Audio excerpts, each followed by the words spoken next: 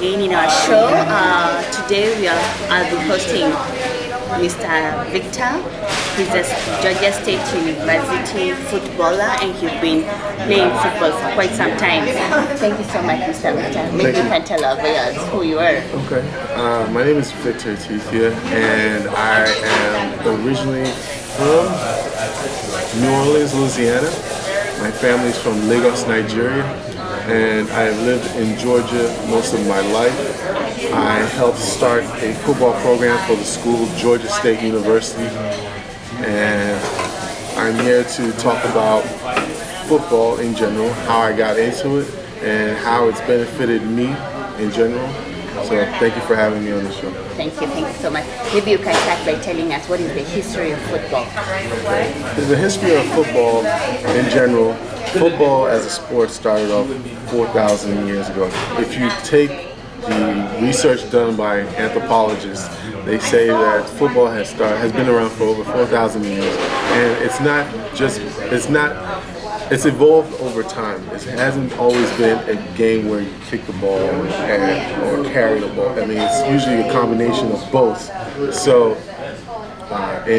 on November 6, 1869, the game of football was officially played American style between the University of Princeton University, and Rutgers University. And that was the first official American style football game that took place ever in the United States. But overall, in general, the game of football, as everyone in the world knows it, started 4,000 years ago, and it evolved from a carrying and kicking game to a mostly carrying game or kicking.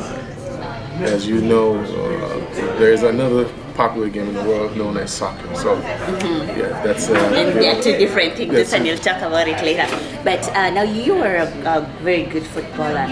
You can start by telling us what are some of your memories. What do you remember? What do you like most when you were a footballer?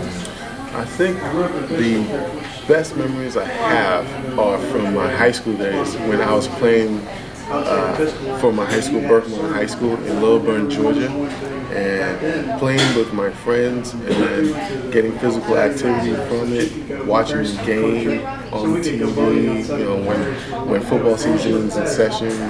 I love hanging out with my friends. Overall, just the fact that it brings people together, me and my friends, and it's a fun game to watch. It's also a very violent game. I know. Now, football in America, you call it football instead of soccer. Maybe you can give us an answer for that. Okay. Soccer is a European game. Soccer is purely European, but like I said earlier, 4,000 years ago, football was just carrying the ball, running the ball, kicking the ball.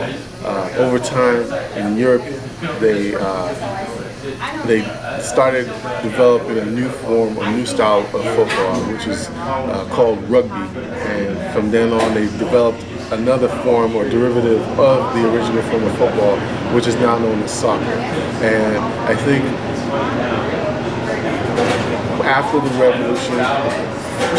Revolutionary War in the United States, most Americans decided that they were going to form their own types of sports. We have games like basketball and American-style football. As I mentioned earlier, the first game took place in 1869. Now, football, you don't use your feet. Right. You use your hands, and you still go ahead and call it football. You can only advance by handing the ball off to your own team, which is essentially the same thing with soccer.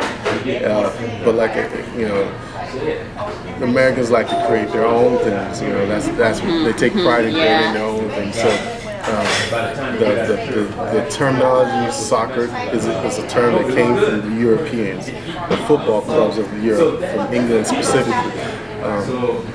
The game of football overall has been a game that's been encouraged at American universities and colleges. If you go throughout history, those were the only places that they played those games in. And it was supposed to be used as training for these young men who were in college to develop leadership skills, strategy, and physical stamina. Because these college and university institutions, we're developing these men to become leaders in their countries, and especially in Europe as well. So. Right. Now, besides football being really played here in America, we find that it has so many viewers, around 106.5 million. Yes. They are very fans of football. Why? Well, in the United States, the population is at 300 million, and not every one of them watches the game of football. But you also have to include in that 150 million the other Americans and non-Americans that live abroad that watch TV and watch the American style of football because they either spend time in the U.S. or they came to school here and learned the game. We have a strong following in Canada. We have a strong following in Europe. We have another strong, some strong following in Latin America as well. So that 150 million is a combination of Americans who live abroad and Americans who live in the U.S. But if you look at the demographics in the South, you'll notice that a lot of Southerners love football. In some states, like Alabama, football is the closest thing to religion. In that they like to joke and say that that's the closest thing to religion in the state of Alabama. So that's the reason why you see such a high viewership. Now, apart from America, they like football so much, you also find some disadvantage on it because research has shown football has so many personal injuries, personal problems like Alzheimer's and personal mood swings, brain damage. Yes. What has the national football done concerning that? Yes. The injuries are a result of violent contact between players. There are times during the games where players get injured and they receive brain injuries as a result. The Football League has decided that they're going to reach out to players not just at the professional level, but at the high school, local level, Pop Warner leagues. They've sent out emissaries, officials, or ambassadors of the game who are professional athletes, retired and active, who go out to these local events and train these kids on how to play the game, be physical, be tough, but at the same time reduce the probability for brain injury by showing them how to tackle properly. And they've also come up with programs for addressing retirees who retire from the game who suffer from these brain injuries, and they provide medical assistance for the families who are having to deal with this issue of retired players who are suffering from brain injuries as a result of playing for over a number of years and receiving these concussions. Also, as I recall, the National Football League institutes a rule that in recent years has required players who suffer from concussions, which is the number one cause of brain injuries, to sit out the rest of the game once it's been determined that these players have suffered such an injury or concussion. They also have medical staff on the sideline so that they can determine quickly enough whether or not these players have suffered that kind of injury, and if they need further assistance, they take them into the locker rooms and examine them with MRIs and X-rays. So you say even after they're done with the game, they're always checked their health? Always checked. Yeah. Every year, each player goes for an annual physical, and they check everything from blood to head injuries. They scan the brain, making sure that these players have fully functioning brain function. Okay, now what was the National Football League impact in the society of America? Well, football is America's game, of course, and over the years people have grown up watching the game, and as the population has grown, so has the viewership. It inspires people to go outside and be active, play flag football. A lot of Americans join flag football leagues to stay active and stay physically in shape. It gives us something to talk about, and to look forward to. To look forward to on Sundays, Thursdays, and even Monday nights. Mondays are very boring for most people because it's the first day to go back to work. And, when you come back after the holidays work, you want to enjoy your evening. Monday Night Football is there to entertain you. I think that it also brings together people of different cultural backgrounds, and that's the main thing because it gives us all something to bring us together and discuss. Now, with our last question, because our time is flying going so much.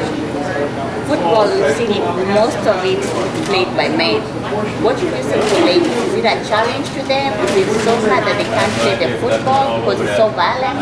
How come you don't see so many women going out to be footballers?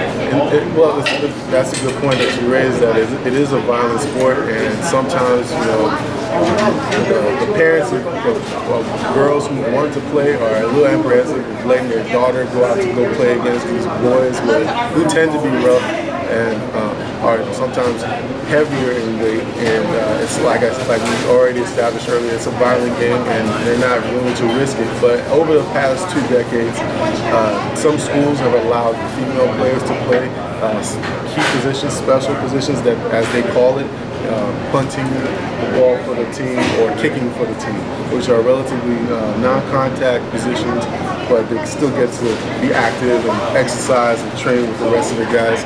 And as far as on the professional level, women more recently have been forming their own football leagues. That are full contact. They have regular schedules. They have meetings, practices. They do everything that the regular football players do in the NFL league, the male football players, but they just don't play against the men because it's just not, and it's not on an even level.